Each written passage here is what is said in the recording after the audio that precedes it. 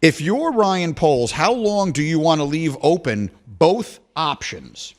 Which means if you have the number one pick in the draft, you have to get a quarterback if you don't have Justin Fields. So the example we used of this was in 2021 or whatever year it was Joe Burrow got drafted, the Bengals, everybody was calling them, trying to get up to number one, and they wouldn't even answer the phone, not even listening to you. I'm taking Joe Burrow, and that's it. That's because they didn't have a realistic alternative on their roster. Why are you looking at me well, like that? Well, that's one of the two reasons. The other is that Joe Burrow and Caleb Williams are not the same thing. Meaning they were just so thoroughly convicted in Burrow. You're suggesting to me you think that Joe Burrow was an infinitely better prospect than Caleb Williams Absolutely. is. I do not believe that is what the majority of draft analysts believe. Hold on. You think that there is a consensus that Caleb Williams and Joe Burrow are comparable prospects entering the NFL? I think that before the last season of Joe Burrow's college career, he was a guy who wasn't going anywhere near the first day. He might not have gone on the second day of the draft. I think there were people who pointed at the ridiculous talent that he had around him. He had Justin Jefferson and Jamar Chase as his receivers on that team, and Clyde Edwards-Helaire was running the ball. And they had like 9 draft picks on defense. And they looked at that and they said, I think there were a lot more questions. Tua was the guy they were tanking for long before Joe Burrow was involved in that conversation. Caleb Williams has been described, I'm not saying I think so, I'm saying Caleb Williams has been described as a generational prospect for 2 years. Damian Woody, would you describe Caleb Williams as a generational prospect? Andrew Luck is a generational prospect. Okay. Was Trevor Lawrence a generational prospect? In hindsight, no. Well, but there is no hindsight, right? Because these decisions are being made in the present. Yeah, I like in my when I look at it, Andrew Luck to me was the one guy that was like, that dude is different from everybody else. And when he came in from day one, he was different from everybody else. He literally turned around the worst team in the league in Indianapolis and automatically turned them. I believe they were a playoff. Well, they were. Immediately. Immediately. They were a playoff team. Correct. That is, to me, is generational, transformative type of talent. Burrow did something similar. Here's the thing with Caleb Williams. He started off so high. The only place he can go is down. As we continue to move in the draft, this draft season, and everyone continues to evaluate, he's not going to go up. He's only going to go down. People are going to keep dissecting his game. And I think that's why Jaden Daniels and Drake May, or people are having the type of conversation they're having in regard to the quarterback position. Can I tell you the problem with Hembo? Well, one of many. Where do we start? Hembo doesn't understand psychology because he isn't a human. Hembo, have you ever seen the show Star Trek? No. Okay. Do you know who Mr. Spock was? Do you know what a Vulcan is? Okay. Well, you're all of that. Okay, that's what you are. You're Mr. Spock. You are Spock from Star Trek. You are a Vulcan. You are a person devoid of emotion.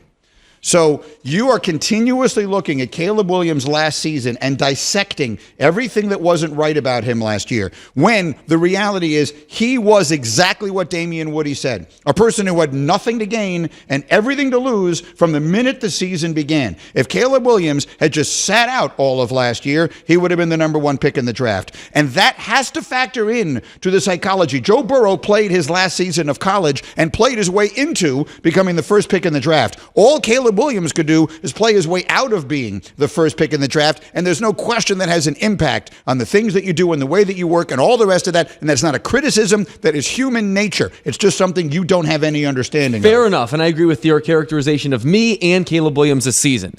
But Caleb Williams did play college football last season. He played 12 games, a lot of tape, a lot of stats. And Caleb Williams, over that period of time, showed them some things that I found to be, as a player, unattractive. Far more often than not, the first quarterback taken in any given draft does not wind up being the best one. So Cam went back over this. Let's just go back through every year. He went back as far as 1998. Someone keep score. Last year, first quarterback taken, Bryce Young. Was he the best quarterback in that draft? Certainly doesn't look like it right now. It's unfair to say there's no way he'll wind up being better than C.J. Stroud. But at least at this moment, We have to say he wasn't, right? So that's No 0-1. question. 2022, the first quarterback taken was Kenny Pickett. Brock Purdy is the best quarterback in that draft. That's 2. 2021, is Trevor Lawrence the best quarterback taken in his class? The only one you could make an argument for, I guess, is Justin Fields. It's not Mac Jones. It's obviously not Zach Wilson or Trey Lance. I think it's still Trevor. Yeah, you got to give it to him. As of this moment, He won a Lawrence, playoff game. almost by default. As uninspiring as he's been. Let's see. Justin Fields is the only one who might wind up giving him a run for his money. There's a couple uninspiring yeses in here, by the way. Right. Some of these classes are really bad. Yeah, because if you do it the other way, if you just look at the best quarterbacks in the NFL right now, the only one who was the first quarterback taken in his own draft is Burrow, unless you're going to go as old as a guy like Matt Stafford.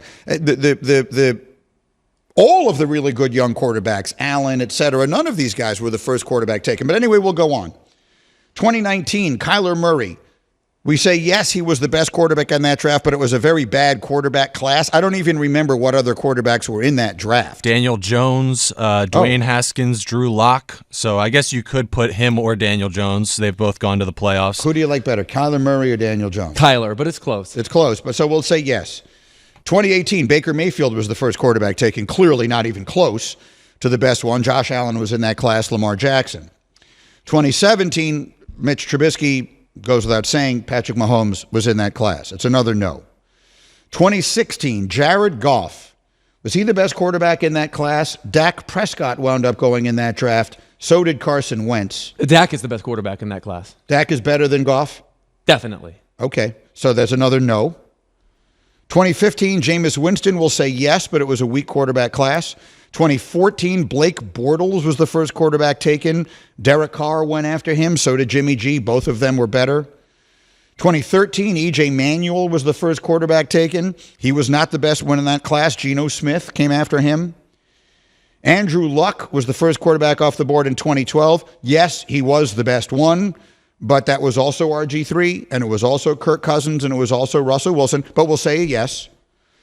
And in the interest of speeding this up, now we get back to Cam Newton, Sam Bradford, Matthew Stafford are all yeses. Matt Ryan is a yes.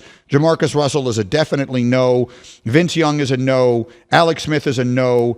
Eli Manning, let's give him the benefit of the doubt and say yes. It's him, Roethlisberger, Rivers. I can't say that's a no. So where do we stand now? Like, what was someone keeping count on that? How often did the guy wind up being the best quarterback in the class? I believe we're at 10 no's and 9 yeses right now. Right. So it is fairly close. It's an even higher number than I would have expected. But most of the yeses are ones where we don't say them confidently, I would say. right. So it's up in the air in some of these. That's fair enough. So it is my theory, and we're going to put it to the test right now, that the draft process is 2 things at once. It's the best thing in football. I love it. I love it. When they asked me to host the draft, I almost cried with joy. I love this event so much. There is nothing I look forward to more in my career than I look forward to those 2 nights every year that I get to host the draft. So I love the draft. I love the build up to the draft. I am the definition of a draft geek. That said, it is also my opinion that the 4 months that they spend making these decisions are the worst thing that could happen to all of these NFL executives.